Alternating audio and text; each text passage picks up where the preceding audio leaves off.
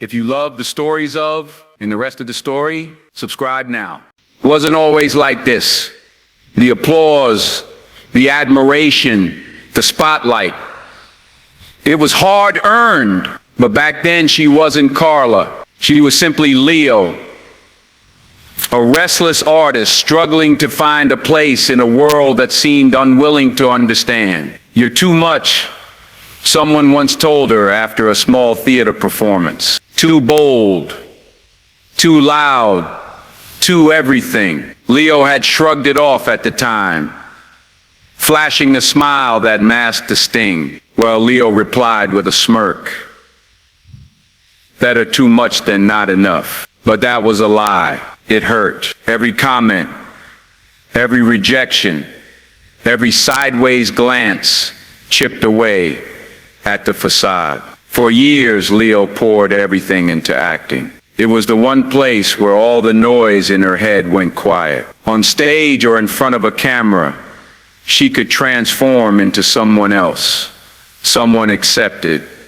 even celebrated. But off stage, the world was less forgiving. "What's your problem?" a director snapped one day during rehearsals for an indie film. "Nothing," Leo said, even though everything felt wrong. "You're holding back," the director pressed. Leo wanted to scream. Of course, she was holding back. Her whole life was a performance. And then came the moment that changed everything. It wasn't dramatic. No sudden epiphany. No grand speech. It was a quiet conversation with an old friend, over coffee in a little cafe tucked away in Madrid. "Leo," her friend said, setting down their cup with a deliberate clink, "when are you gonna stop pretending?" Leo blinked. "What do you mean?" "You know what I mean. You've been hiding for years. Don't you think it's time to live as yourself?" Leo laughed, but it was hollow. "It's not that simple." "No," her friend agreed. "It's not, but it's necessary." The words echoed in her mind for weeks. Necessary.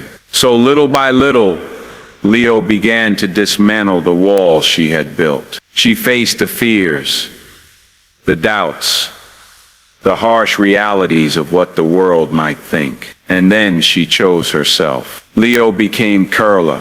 It wasn't easy. The entertainment industry wasn't exactly known for its inclusivity.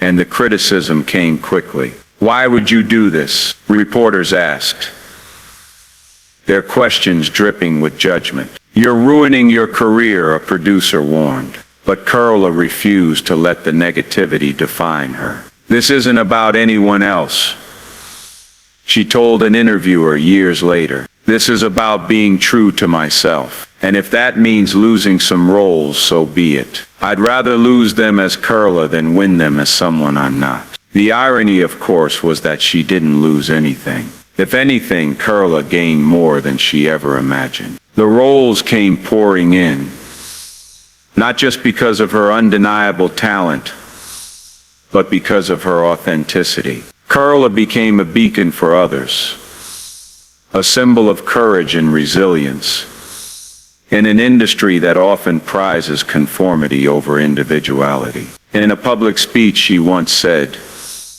"Life is about transformation, not just for me, but for everyone. We all deserve to be the fullest, truest version of ourselves." Carla Sofia Gascon's story is more than just one of personal triumph. It's a reminder that authenticity, while daunting, is also liberating.